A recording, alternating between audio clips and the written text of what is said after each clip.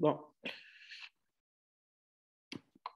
Donc, juste pour réexpliquer encore, on est dans Daniel, mais on se trouve dans l'Apocalypse. Pourquoi? Parce que le livre de Daniel, euh, Daniel voit des événements que Jean va voir aussi, mais Jean va donner euh, d'autres facettes. Donc, vraiment, ça, sous la Bible, c'est vraiment Dieu qui se révèle de façon progressive, mais ça ne contredit pas ce qui a été dit auparavant, mais tu as plus d'informations. Et le texte qu'on regarde, c'est Apocalypse chapitre 5. On a vu 4 et 5, mais le contexte de tout ça, c'est dans Daniel. Et c'est Daniel, le chapitre 7. Je relis encore, c'est 9 à 14. Puis ensuite, on va voir Apocalypse chapitre 5. Donc, Daniel 7, verset 9 à 14. Daniel dit, je regardais pendant que l'on plaçait des trônes, l'ancien des jours s'assit, son vêtement était blanc comme la neige et les cheveux de sa tête purs comme de la laine. Son trône était comme des flammes de feu et les roues comme un feu ardent. Un fleuve de feu coulait et sortait de devant lui. 1000 milliers le servaient et des myriades se tenaient en sa présence. Les justes s'assirent et les livres furent ouverts.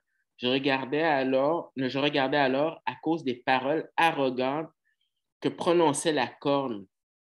Tandis que je regardais, la bête fut tuée et son corps périt, livré au feu pour être brûlé. Les autres bêtes furent dépouillées de leur puissance, mais une prolongation de vie leur fut accordée jusqu'à un certain temps. Je regardais pendant mes visions nocturnes et voici que sur les nuées du ciel arriva comme un fils d'homme. Il s'avança vers l'ancien des jours et on le fit approcher de lui. On lui donna la domination, l'honneur et la royauté, et tous les peuples et les nations de toutes les langues le servirent. Sa domination est une domination éternelle qui ne passera pas et sa royauté ne sera jamais détruite. Donc, voici qu'est-ce que Daniel a vu. Et Jean voit aussi la même scène, mais il nous donne d'autres informations. Okay? Donc, on a vu le chapitre 4. Jean est transporté en vision, puis il voit un événement qui se passe au ciel. Alors, on ne peut pas dire de ce chapitre-là que c'est la seule chose qui se passe au ciel. Des fois, les gens ont des fausses conceptions du ciel parce que ça vient de leur imagination. Ils pensent qu'au ciel, les gens font juste de jouer de la harpe, puis c'est super plat, puis il n'y a rien d'autre à faire. Il y a des activités dans le ciel que tu vois si tu veux, tu vois des fois le rideau qui est ouvert dans la Bible sur certains événements. Puis ça, c'est un des événements qui se passe, c'est ce que Daniel avait vu. Mais Jean te montre le focus, c'est vraiment le trône. Il y a vraiment Dieu qui est en charge et que vraiment, tu as plein de personnes, des anges, des êtres humains rachetés qui adorent Dieu. Et tout d'un coup, il y a un focus qui est différent. Là, le focus est mis sur Jésus en particulier. Donc, alors, le chapitre 5 est divisé en 3 sections. À chaque fois, tu as le mot je vis. Comme par exemple, au verset 1, on dit puis je vis dans la main droite de celui qui était assis sur le trône un livre en dedans et en dehors, scellé de 7 sceaux. Donc, ça, c'est la première scène. Ensuite, il voit une autre scène. Alors, c'est un peu comme avec la télécommande. Tu zappes, puis tu as des scènes qui suivent. Alors, l'autre scène, c'est le verset 2 à 5. Il dit et je vis un ange puissant qui proclamait d'une voix forte euh, qui est digne d'ouvrir le livre et d'en rompre les sceaux? Mais nul dans le ciel, ni sur la terre, ni sous la terre ne pouvait ouvrir le livre, ni le regarder. Et je pleurais beaucoup parce que nul ne fut trouvé digne d'ouvrir le livre ni de le regarder. Et l'un des anciens me dit, ne pleure pas, voici que le lion de la tribu de Juda, donc c'est des termes qui sont euh, associés à Jésus, le rejeton de David, a vaincu pour ouvrir le livre et ses 7 sceaux. Alors ça, c'est la scène qu'on avait vue. Puis là, ensuite, on arrive à l'autre scène suivante, au verset 6. Normalement, ce serait de 6 jusqu'à 10. On va juste faire 6 aujourd'hui. Verset 6, il dit, « Et je vis au milieu du trône. » Alors vraiment, le focus était celui qui était assis sur le trône, qui est Dieu le Père. Et là, maintenant, tu as un focus qui est encore sur le trône, mais vraiment plus particulièrement au milieu du trône. Alors, il dit au milieu du trône et des 4 êtres vivants, dont on avait vu c'est qui ces 4 êtres vivants. C'est des anges, probablement des chérubins. Et au milieu des anciens, on avait dit que les anciens, ben, ça représente les gens de l'Église qui sont au ciel. Et qu'est-ce qu'il voit? Il voit un agneau debout qui semblait immolé. Il y avait 7 cornes et 7 yeux qui sont les 7 esprits de Dieu envoyés par toute la terre. Alors, ce que j'en vois, bien sûr, il n'est pas là, mais dans une vision, contrairement à des rêves dans la Bible, dans des visions, tu peux interagir. Tu peux interagir parce qu'on a dit qu'au verset 5, tu as un des anciens qui a dit à Jean, arrête de pleurer. Donc, qu'est-ce que j'en vois? C'est un peu difficile parce que nous, on n'est pas là pour voir, mais on sait que ce que j'en vois représente plusieurs choses dans l'Ancien Testament. Ça représente plusieurs choses. Et on sait que c'est quand même, jusqu'à un certain point, c'est symbolique. Symbolique parce que Jésus, on sait, est ressuscité et il est allé au ciel avec une forme humaine et qu'il est auprès du Père et avec sa forme humaine. Et aussi, on nous dit que au verset 7, il vint recevoir le livre de la main droite que celui qui était assis sur le trône. Donc, il le prend. T'sais. Donc, il y a vraiment cette idée que ce que j'en vois, eh bien, ça représente l'idée d'un agneau, mais qu'il y a quelque chose, cet agneau-là représente quelqu'un, représente Christ. Alors, ça semble être weird, on voit au milieu du trône, on voit un agneau avec 7 yeux et 7 cornes. Il y a des gens qui ont voulu des gens qui ont voulu dessiner en disant, ben, tu as un lion, tu as un agneau, tu as Jésus qui ouvre les seaux, donc c'est la même personne. Donc, il ne faut pas penser qu'au ciel, à un moment donné, tu vois un lion, puis hop, tout d'un coup, après, tu vois Jésus qui marche, hop, après, tu vois Jésus qui est un agneau. Non, c'est pas ça, c'est que il va il donne des significations à partir de l'image qu'il voit. Parce que le contraste est mis entre un agneau et un lion. Parce qu'au verset 5, l'Ancien lui dit le lion de Juda. Et le lion de Juda, c'est-à-dire, c'est un terme pour parler de Jésus, le Messie. Il a vaincu. Il a vaincu la mort, il a vaincu le péché, il a vaincu le diable. Donc, c'est lui qui peut vraiment racheter toute l'humanité. Et là, Jean se tourne et il ne voit pas un lion, il voit un agneau. Mais le mot agneau, dans la Bible, tu le retrouves plusieurs fois, mais ici, c'est un terme qui parle d'un petit agneau. C'est comme vraiment comme un animal domestique. On sait que durant la Pâque, les Juifs, la première Pâque en Égypte, ben, il fallait qu'ils prennent un agneau puis que il s'occupe de cet agneau-là pendant plusieurs jours. Alors, il y a vraiment, c'est pas comme si c'était un agneau que tu prends de façon aléatoire. C'est vraiment, tu as développé un lien. C'est un peu l'équivalent d'un animal domestique. Donc, tu as vraiment un contraste entre un agneau et un lion.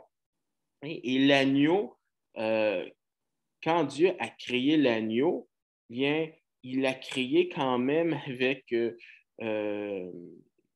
des caractéristiques bien intéressantes. L'agneau, il semble, n'a pas un sens de direction. Il y a, le sens de l'orientation est pourri pour un agneau. C'est pour ça qu'il y a des chiens qui sont accompagnés avec les bergers pour aider les agneaux, parce que sinon, ils vont se perdre très facilement. Ils n'ont pas de sens d'orientation, mais aussi, ils n'ont pas de mécanisme de défense. C'est incroyable. Et si tu crois à l'évolution, ben, tu dirais comment c'est ça que les agneaux existent. Parce que normalement, dans la sélection naturelle, les agneaux devraient être terminés depuis, depuis le début. Tu sais. Ils ne se sont pas perfectionnés avec des moyens de défense pour les aider. Donc, l'emphase est vraiment mise sur le fait que tu as un contraste entre un lion qui est puissant et tu as un agneau. Et l'agneau, alors ça, c'est un autre dessin. Donc, tu vois, tout ça, c'est symbolique, mais ça représente vraiment quelque chose si tu es baigné dans l'Ancien Testament. Alors, il y a un contraste avec le verset 5. Alors, le mot en agneau ici, parce qu'en hébreu, c'est pas tout, en grec, c'est pas tout le temps ça, mais ici, c'est arnion, puis ça signifie euh, un petit agneau ou un jeune mouton. Et dans la Bible, tu as 107 fois le mot agneau, mais en pourcentage, tu as 27 fois dans l'Apocalypse. Donc, vraiment, il y a une emphase qui est mise sur ça. La seule autre occurrence d'Arnion dans tout le Nouveau Testament est l'Évangile de Jean, où il est utilisé pour parler de la communauté chrétienne. Dans Jean 21, verset 15, quand Jésus dit à Pierre, prends soin de mes agneaux, mes brebis. Alors, ceci est une autre indication que le même auteur a écrit le livre de Jean et le livre de l'Apocalypse. Parce que Paul et Pierre vont parler d'agneaux, mais ils n'utilisent pas le même terme que Jean utilise. Il est utilisé plus souvent que tout autre nom au titre de Christ. Intéressant. Jean ne met pas l'emphase sur Jésus, le lion, mais l'agneau, 28 fois. Donc, vous avez les textes de référence. Où est-ce que Jean est en train de marteler pour vraiment nous faire comprendre qu'il y a une association avec l'agneau. Pourquoi Jean parle de l'agneau? Pourquoi pas parler du lion de Juda comme l'Ancien lui a dit? C'est parce que le mot agneau, il y a tout un bagage dans l'Ancien Testament. Quelqu'un qui comprend l'Ancien Testament va coller les morceaux, va dire, ah, OK, je comprends. C'est comme quelqu'un qui n'a jamais vu de McDonald's de sa vie et qui voit pour la première fois le M jaune, comme Caleb avait l'habitude de dire, le grand M jaune, ben, tu vas dire, c'est quoi le grand M jaune si tu n'as jamais vu? Mais si tu connais, tu vas dire, ben oui, mais c'est le McDonald's. Puis McDonald's, ça fait référence à un Big Mac avec tout ce qui vient avec. Alors, c'est la même chose avec le mot agneau. Le mot agneau a tout un bagage dans l'Ancien Testament. Alors, l'agneau dans les Écritures, dans la Bible. Alors, je donne quelques exemples, mais après, je vais montrer des images puis des textes à l'appui. Il dit, alors, 2 fois dans l'Évangile de Jean, Jean-Baptiste fait référence à Jésus comme l'agneau de Dieu en se référant à son sacrifice imminent qui expiera les péchés du monde. Donc, tu vois que ce n'est pas pour rien que Jean utilise le mot agneau, parce que agneau fait référence à cet animal sans défense pour qui sert de sacrifice. En accomplissement de l'exigence qu'aucun œuf de l'agneau ou de l'agneau ne puisse être brisé. Alors, tu vois ça dans Exode, dans Psaume. les soldats romains trouvèrent Jésus déjà mort, ne lui brisèrent pas les jambes comme ils l'avaient fait avec celles des voleurs crucifiés à côté de lui. Donc, tu vois que Jésus est, si tu veux, l'agneau représente une image de qu'est-ce que Jésus va faire. C'est une leçon d'objet. C'est par le sang de l'agneau que les croyants ont vaincu le diable qui lance contre eux des accusations. On a vu ça dans Apocalypse 12, 11. Car c'est le sang qui les purifie du péché et leur donne leur robe blanche. C'est le sang de Christ qui pourvoit à leur vie éternelle, comme ceux qui sont écrits dans le livre de vie de l'agneau immolé depuis la fondation du monde. Donc, l'agneau, vraiment, est une belle représentation d'un aspect que Jésus a fait. Jésus a gagné, mais il a gagné comment? Il a gagné d'une façon qu'on n'aurait pas pensé, c'est en mourant pour nos péchés. Alors, pour un juif, qu'est-ce qui pourrait venir dans leur tête? C'est dans Genèse 22, verset 13. Le contexte, c'est que Dieu avait demandé à Abraham de prendre Isaac comme de le sacrifier. Mais c'était un test pour voir si Abraham allait le faire. Mais en faisant ça, Dieu allait montrer qu'est-ce qu'il allait faire pour l'humanité, pour les hommes. Et bien sûr, il n'a pas sacrifié Isaac parce que Dieu l'a empêché, mais il a pourvu à quelqu'un pour prendre la place d'Isaac. Alors, dans Genèse 22, verset 13, on dit Abraham leva les yeux et vit derrière lui un bélier retenu dans un buisson par les cornes, et Abraham alla prendre le bélier et l'offrir en holocauste à la place de son fils, la substitution. Il y a eu un switch. Donc, pour ça que quand on dit aux gens, pour être sauvé, il faut que tu mettes ta confiance en Jésus, les gens peuvent dire, ben, c'est bien trop simple. Oui, c'est simple pour toi, mais ça a payé, il y a quelqu'un qui a payé le prix, et c'est Jésus qui a payé le prix. Et c'est vraiment cette image de substitution.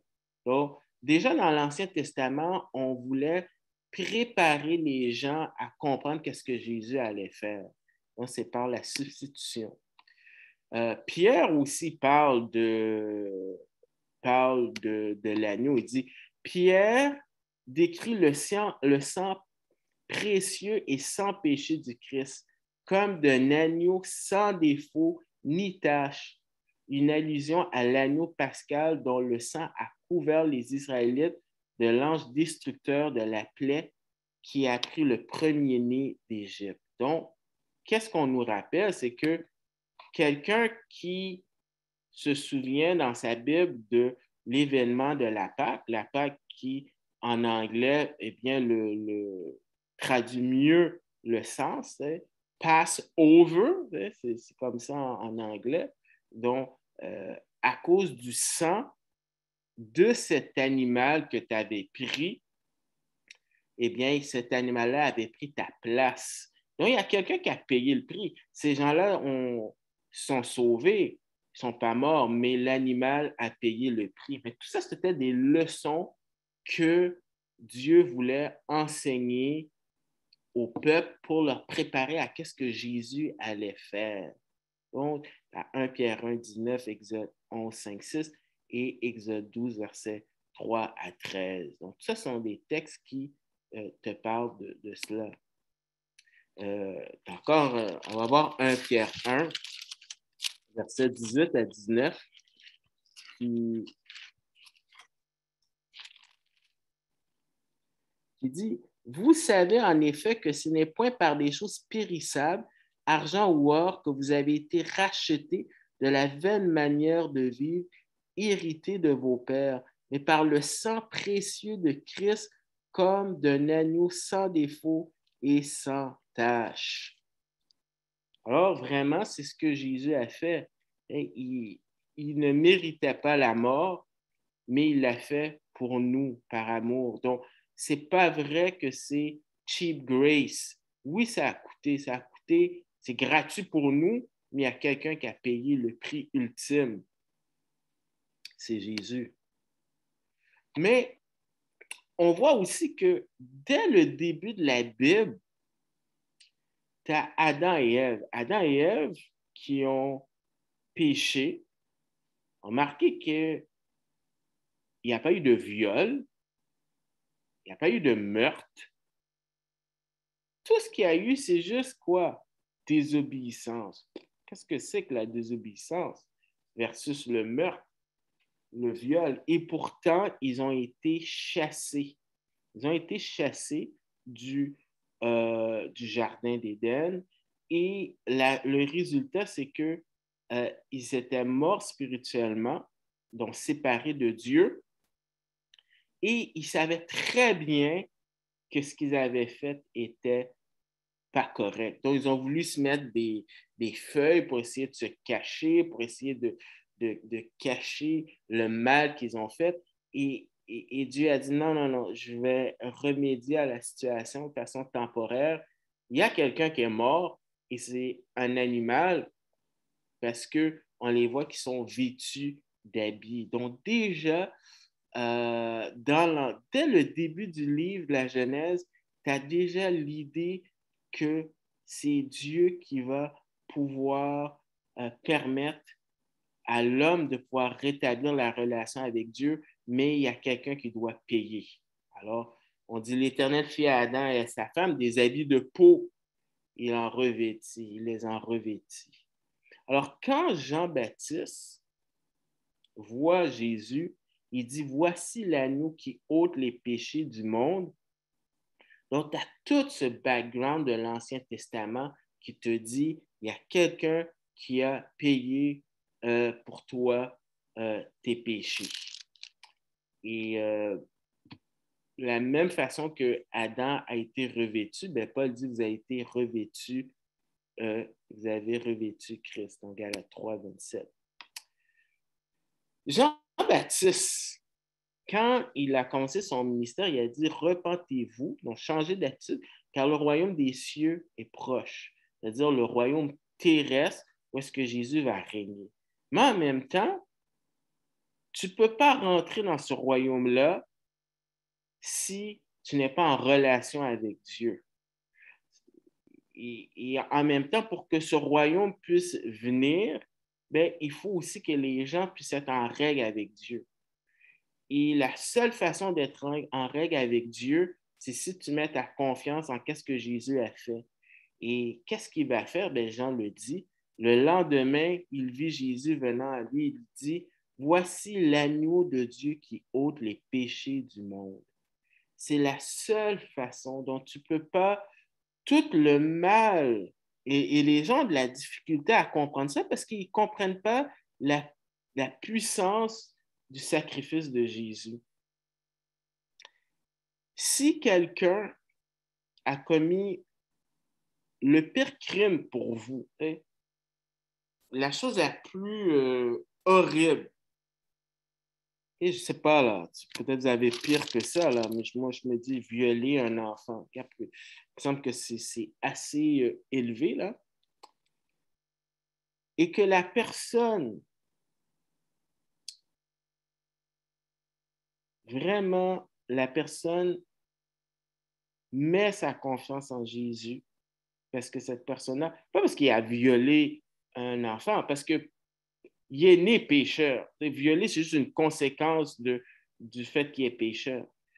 Mais qui met sa confiance, la Bible dit que Jésus, à la croix, est mort pour ce viol et pour tous les autres péchés, et la personne est pardonnée. Pardonnée dans le sens qu'il y a une relation avec Dieu. Maintenant, les conséquences sur terre ne vont pas nécessairement disparaître. Peut-être la personne va quand même écoper de la sentence. Sauf que après la mort, ben, cette personne-là va être au ciel. Et les gens ont de la difficulté à catcher ça parce qu'ils disent non, c'est pas juste. C'est pas juste. Mais si on voudrait appliquer la justice de Dieu, Adam et Ève ont été chassés parce qu'ils ont juste menti. Il n'y a pas violé Ève. Donc, on est tous dans le même bateau et que le sacrifice de Jésus a le pouvoir d'ôter le péché. C'est ce que toutes les religions essayent de faire. fais ceci pour les pénitences, fais cela, fais ceci. Mais il n'y a rien qui peut enlever. La seule chose qui peut enlever le péché du monde, le premier offensé, c'est Dieu. Bien, la Bible dit que le sacrifice de Jésus peut ôter les péchés du monde, de qui que ce soit. De qui que ce soit. Il n'y a personne qui est une cause perdue pour Dieu. Or, Paul va parler de ça. Il dit, Paul a clairement compris que Jésus était l'agneau pascal, ce qu'il dit dans Corinthiens 5, verset 7, car en effet, Christ, notre Pâque, a été sacrifié pour nous. Alors, tout le symbolique, tout ce qui est symbolique plutôt avec l'agneau de l'Ancien Testament, c'est relié à Jésus. Mais Isaïe aussi nous parle de cela aussi. Isaïe nous parle de le serviteur souffrant. Parce que dans la tête des Juifs, c'était que Jésus venait comme un lion, et c'est vrai, il devait venir comme un lion, détruire les Romains, s'opposer à l'injustice et tout ça. Mais ce qu'il ne comprenait pas, c'est qu'il fallait d'abord qu'il vienne comme quelqu'un, comme un agneau qui doit prendre la place qu'on devait avoir. Alors, Ésaïe a également décrit le Messie comme un agneau sacrificiel, un passage que Philippe a expliqué à l'eunuque éthiopien. Donc, dans Ésaïe 53, qui parle de ce serviteur, qu'on apprend que c'est Jésus, le Nouveau Testament nous le confirme, mais dans Ésaïe, normalement, ce serait 52:13 à 53:12, mais verset, je vais lire 53 à partir du verset 3.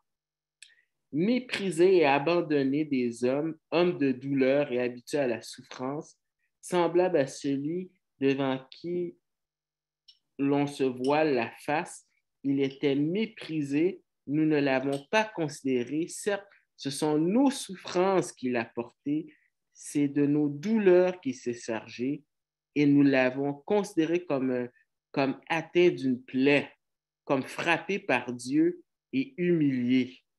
Mais il était transpercé à cause de nos crimes, écrasé à cause de nos fautes. Le châtiment qui nous donne la paix est tombé sur lui. Et c'est par ses meurtrissures que nous sommes guéris. C'est-à-dire au niveau de notre relation avec Dieu. Nous étions tous errants comme des brebis. Quand je disais que ils ont pas le sens de l'orientation, chacun suivait sa propre voie. Et l'Éternel a fait retomber sur lui la faute de nous tous. Il a été maltraité, il s'est humilié, il n'a pas ouvert la bouche, semblable à l'agneau qu'on mène à la boucherie, à une brebis muette devant ceux qui la tondent. Il n'a pas ouvert la bouche. Donc, il n'y a absolument rien de menaçant dans une brebis. Et si tu veux utiliser un animal pour représenter ton pays, je pense à les Américains qui ont l'aigle, la Russie qui a l'ours, je ne sais plus qui a le tigre, là. Je sais que le Royaume-Uni, je pense qu'ils ont un dessin d'un lion, je pense. Ben bon, c'est vrai que le Canada, on a le castor, là, c'est pas très. mais outre quand même l'agneau, mais au moins le castor peut quand même un peu se défendre, là. Mais l'agneau, vraiment, ça représente vraiment pas la force. C'est vraiment cette idée de sacrifice. Et Philippe confirme que c'est Jésus. Alors, mais cet agneau-là, si on revient dans Apocalypse au chapitre juste avant. Donc, ce qu'on comprend, c'est que je vais voir un dernier texte, Hébreux chapitre 2, versets 5 à 9. Hébreux 2, versets 5 à 9, il nous dit ceci. En effet, ce n'est pas à des anges que Dieu a soumis le monde à venir dont nous parlons, mais quelqu'un a rendu quelque part ce témoignage. Qu'est-ce que l'homme pour que tu te souviennes de lui, le Fils de l'homme pour que tu prennes soin de lui? Tu l'as fait pour un peu de temps inférieur aux anges, tu l'as couronné de gloire et d'honneur, tu l'as établi sur les œuvres de tes mains et tu as mis toutes choses sous ses pieds. Donc, c'était ça le mandat d'Adam et Ève. En lui soumettant ainsi toutes choses, Dieu n'a rien laissé qui reste insoumis. Cependant, nous ne voyons pas encore maintenant que toutes choses lui soient soumises. C'est-à-dire que pour l'instant, avant que Jésus vienne, normalement, on voit que les êtres humains, c'est plutôt la nature ne nous est pas soumise. Il y a la guerre, la maladie, tout ça. Mais au verset 9, il dit, mais celui qui a été fait pour un peu de temps inférieur aux anges, Jésus, nous contemplons couronné de gloire et d'honneur à cause de la mort qu'il a soufferte. Ainsi, par la grâce de Dieu, il a goûté la mort pour nous tous. Donc, tout ça pour dire que Jésus, il fallait qu'il passe par la mort avant. C'était le moyen de pouvoir racheter. Il y avait un prix à payer. On a parlé de ça, le Rédempteur, et le prix, c'était sa mort. Sauf qu'il n'est pas juste resté mort, parce que si on revient à Apocalypse au chapitre 5, alors au verset 6, on nous dit « Et je vis au milieu du trône et des quatre êtres vivants, au milieu des anciens, un agneau, mais pourtant qui est debout. » Et le texte dit qu'il semblait immolé. Or, c'est un terme immolé, c'est-à-dire c'est mourir d'une façon violente. Et pourtant, il est debout. Il est debout. Donc, qu'est-ce qu'il y a? C'est que le reste, ce qu'on voit, c'est un agneau debout, puis il y a des participes. Les participes, ça aide à décrire un peu c'est qui cet agneau-là, Jésus. Et dans le grec, un participe parfait, c'est-à-dire que les effets du passé continuent encore.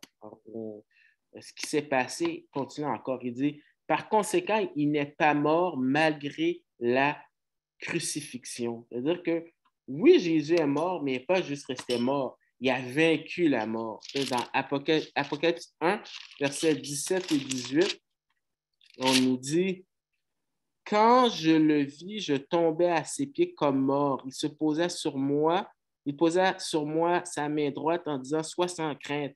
Moi, je suis le premier et le dernier, le vivant. J'étais mort et me voici vivant au siècle des siècles.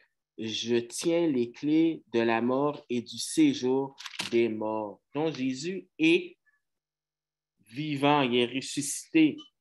Alors, l'agneau était là depuis un certain temps, ayant été assis à la droite du Père pendant des millénaires, au moins 2000 ans. Jésus se lève maintenant. Le temps du partage du trône du Père touche rapidement à sa fin.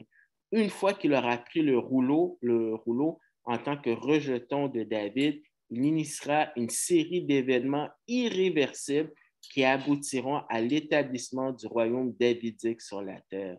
C'est-à-dire que Jésus se prépare à maintenant kicker le diable et ceux qui sont pour le diable pour reprendre la planète comme normalement le mandat que Adam aurait dû faire. Dans le psaume 110,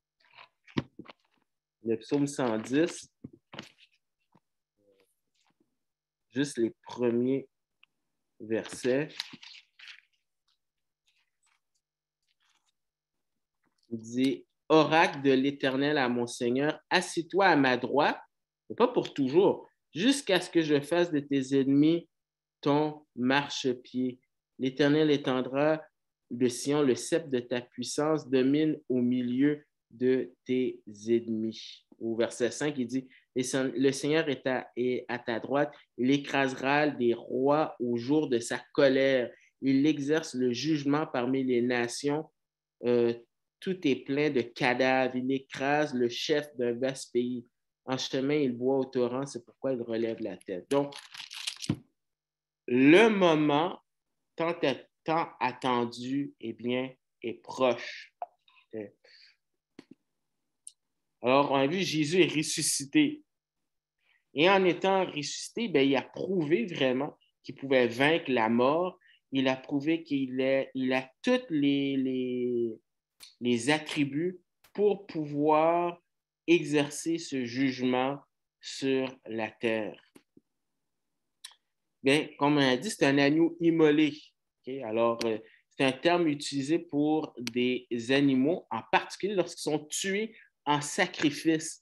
Alors, ici, Jean utilise une image de la mort expiatoire, c'est-à-dire que Jésus est mort pour nous.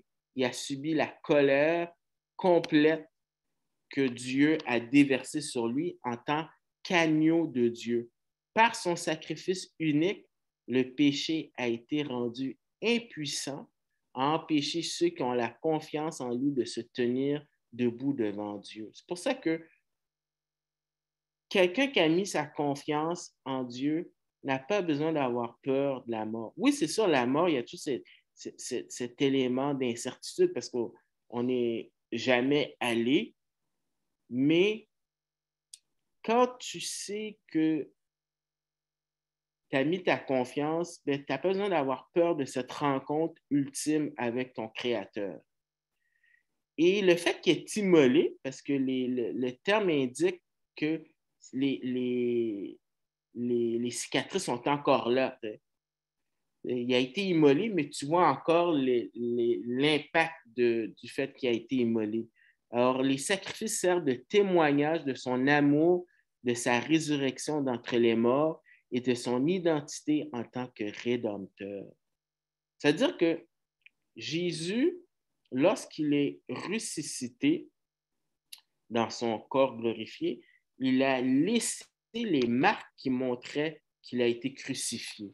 Dans Jean, au chapitre 20, versets 20 à 27, quand Thomas a dit, moi, si je ne vois pas les marques, là, je ne crois pas que Jésus est vivant. Eh bien, dans Jean, chapitre 20, au verset 20, quand il dit cela, alors c'est Jésus, il leur montra ses mains et son côté. Ses disciples se réjouirent en voyant le Seigneur. Au verset 27, il dit, puis il dit à Thomas, avance ici ton doigt, regarde mes mains et avance aussi ta main et mets-les dans mon côté et ne sois pas incrédule, mais crois. Donc, Jésus a décidé de laisser ses marques sur lui. Nous, quand on sera dans notre corps glorifié, ben, notre corps, eh bien, ce sera un corps vraiment qui ne sera pas sujet à la maladie, à la vieillesse, à la blessure. Et Jésus a décidé de laisser ces marques-là pour nous rappeler, probablement pour l'éternité, que si je suis au ciel, et même quand je vais revenir sur terre, mais si je suis là, ce n'est pas parce que j'ai été bon, ce n'est pas parce que j'ai été meilleur qu'un autre, ce n'est pas parce que j'ai été un super chrétien. Si je suis là, c'est parce que Jésus a pris la place que je méritais et j'ai mis ma confiance. Et ce sera pour toujours un sujet de remerciement. Je pense que on peut, parce qu'on ne comprend pas l'étendue de l'enfer, qu'on n'a pas cette attitude de reconnaissance au quotidien. Mais je pense que quand on sera avec lui, on va avoir un autre aspect, on va beaucoup plus comprendre l'impact et ça va toujours nous servir euh, de témoignage de son amour envers nous. Alors, qu'est-ce qu'il voit? C'est un agneau immolé, mais cet agneau-là aussi, on dit le meurtre du propre Fils de Dieu n'était pas une réflexion après coup en réponse à une rébellion inattendue. Il a été immolé dès la fondation du monde. C'est-à-dire, Dieu avait prévu, tu sais, Dieu est hors temps, il savait que l'humanité allait pécher. Donc, il y avait déjà un plan dès le début. Et Pierre nous informe qu'il a été prédestiné avant la fondation du monde, mais qui s'est manifesté dans ces derniers temps. Donc, ça n'a jamais été un plan B pour Dieu, pour dire, oh non, l'homme a cafouillé, oh, qu'est-ce que je vais faire? Mais dès le début, il avait déjà tout planifié que Jésus allait prendre notre place. Alors, Dieu a fourni une image détaillée de l'expiation de la croix lorsqu'il a été dit à Abraham d'offrir Isaac comme une image de l'offrande d'un autre père, d'un autre fils sur la même montagne dans les années à venir. C'est-à-dire, Dieu, on dit qu'une image vaut 1000 mots, donc l'exemple d'Abraham avec Isaac te permet de comprendre jusqu'à un certain point qu'est-ce que Jésus a fait, qu'est-ce que Dieu le Père a fait avec Jésus. Et comme on a dit, les marques de Jésus vont rester là pour un témoignage, nous rappeler son amour. Or, Apocalypse 1,7 nous dit aussi, est-ce que Zacharie 12,10, c'est l'agneau transpercé que tout œil verra, même ceux qui l'ont percé. Donc, Apocalypse 1, au verset 7,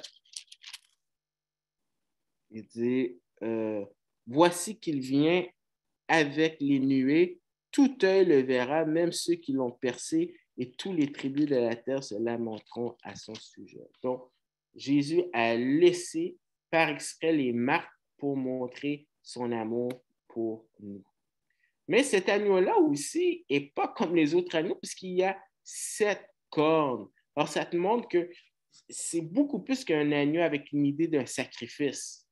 Oui, un sacrifice, mais ça ne s'arrête pas là. On sait qu'on a vu les cornes dans l'Ancien Testament, selon le contexte, peut signifier la puissance, l'autorité. Alors, ouais, on dit. Alors, les 7 cornes indiquent la puissance complète du Christ. Alors, c'est un roi guerrier et la finalité de son royaume. Comme une corne est l'emblème de la puissance et le 7 nombre de la perfection, c'est-à-dire quelque chose de complet. Dans le contexte ici, on sait que ça représente une image qui est complète. Alors, les 7 cornes peuvent dénoter la toute-puissance de Jésus. Jésus a dit qu'il a toute autorité. Il a toute autorité. Et tu as des textes déjà dans 1 Samuel 2,10, 2 Samuel 22, 2 à 3, qui font un lien avec la corne et Jésus, le Messie. Alors, tu vois que c'est pas tout ce que j'en vois, ce n'est pas un hasard. Il y a toujours des connexions avec qui est Jésus dans l'Ancien Testament. Pour que quand on voit cette image-là, on peut comprendre qu'il parle du Messie, puis il parle du Messie qui est tout-puissant. Et dans l'histoire, il y a eu plein de royaumes qui se sont levés. On l'a vu dans Daniel, il y a eu plein de royaumes, mais tous ces royaumes-là vont être détruits un jour. C'est ce que la vision de Daniel, c'est ce que Daniel mentionne. Alors, il y a peut-être, je ne veux pas être dogmatique, mais il y a quand même des liens intéressants entre Josué et Jésus. On nous dit, les 7 cornes peuvent également faire allusion à la conquête de Jéricho. Je dirais pas, comme je dis, il y a des similitudes. Parce que le livre de Josué qu'on a vu, c'est quoi? C'est le peuple d'Israël qui va kicker les gens qui ne doivent pas être dans ce pays-là. Ce pays-là n'appartient pas aux Cananéens, ça appartient à Israël. De même aussi que sur la terre, tu as Satan qui est le chef de ce monde-là, mais ce n'est pas Satan qui est le digne, le propriétaire légitime, c'est Jésus. Alors, il y a des similitudes. Le nom de Josué veut dire que Yahweh sauve, comme Jésus. Donc, il y a quand même des similitudes avec ce livre-là. Mais je trouve intéressant qu'il y a juste des similitudes sans aller plus loin. Là, on nous parle qu'il y a aussi 7 yeux. Donc, ça semble bizarre, les 7 yeux. Mais dans l'Ancien Testament, on nous parle de cela. Il y a des textes qui nous parlent de ça. Et puis, en gros, qu'est-ce que ça veut dire? C'est qu'il y a une omniscience sur tout. Alors, par conséquent, on voit 3 grandes qualités du parent rédempteur qui sont mises en évidence. premièrement, la vertu sacrificielle pour ôter le péché. Deuxièmement, la force agressive pour conquérir et vaincre tous les ennemis. Et troisièmement, l'intelligence parfaite et universelle directement de l'Esprit de Dieu qui demeure dans toute sa plénitude. Donc, tous des termes qui sont utilisés pour parler de différents aspects de Jésus et pourquoi il est vraiment digne de pouvoir prendre le sceau et de pouvoir vaincre le diable. Alors, on dit, les yeux indiquent l'omniscience et la connaissance complète de tout ce qui est caché pour un jugement parfait. Il n'y a pas de secret que ses yeux n'aient pas vu. Alors, qu'est-ce que ça veut dire? Pourquoi? En gros, pourquoi cette idée d'agneau? Pourquoi l'agneau, le focus est mis sur l'agneau, tandis que le lion, c'est juste une fois? C'est parce que la couronne d'épines doit venir avant la couronne de gloire. Dans Matthieu 4, versets 8 à 10, on a le diable qui va tenter Jésus et une de ses tentations, c'est de dire, le diable le transportant encore sur une montagne très haute, lui montra tous les royaumes du monde et leur gloire, et lui dit, je te donnerai tout cela si tu te prosternes et m'adores. Jésus lui dit, retire-toi, Satan, car il est écrit, tu adoreras le Seigneur ton Dieu et à lui seul tu rendras un culte. Alors, qu'est-ce que le diable voulait faire? Le diable voulait essayer que Jésus puisse pas passer par la croix pour avoir le monde et être celui qui va régner sur le monde. Mais le plan de Dieu, c'était qu'il fallait qu'il meure pour racheter l'humanité et par la suite, c'était les conditions pour que Dieu puisse, pour que Jésus puisse racheter le monde et aussi établir son royaume sur la terre.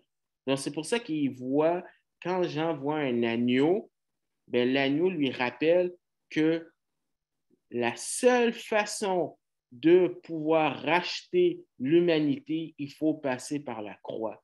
Et le sacrifice de Jésus, c'est beaucoup plus que le salut d'un individu où, oh, j'ai mis ma confiance en Jésus, je suis sauvé. Oui, c'est vrai, mais c'est beaucoup plus que ça. C'est aussi tout l'univers qui est racheté à nouveau dans le plan que Dieu avait établi dès le début du monde. Donc, vraiment, là, l'idée de voir l'agneau, pourquoi il y a l'agneau qui est écrit 28 fois dans l'Apocalypse, c'est toujours pour nous rappeler la couronne d'épines avant la couronne de gloire. C'est vraiment ça, c'est nous rappeler que c'est le moyen par lequel Dieu utilise pour racheter l'humanité, pour vaincre le diable, pour kicker le diable, c'est à travers la croix. C'est à travers la croix. C'est pas bypasser, c'est l'expression. Donc, c'est ce qu'il voit. Donc, c'est pour ça que cet agneau-là est vraiment important dans l'Apocalypse. C'est pour ça que Paul dit que c'est à travers ma faiblesse que je suis fort, hein, mais la faiblesse de Dieu est plus forte que la force des hommes. Donc j'ai fini ici, il y a 8 heures, donc c'était vraiment, l'emphase, c'était vraiment de montrer l'agneau qui semble être un contraste, mais pour de vrai, il fallait l'agneau pour ensuite avoir le lion qui va kicker le diable et que le royaume messianique va être établi sur terre. Donc, j'ai fini. Donc, c'était les 8 heures. Donc, je ne sais pas si vous avez des questions ou des commentaires sur ce qu'on a vu aujourd'hui.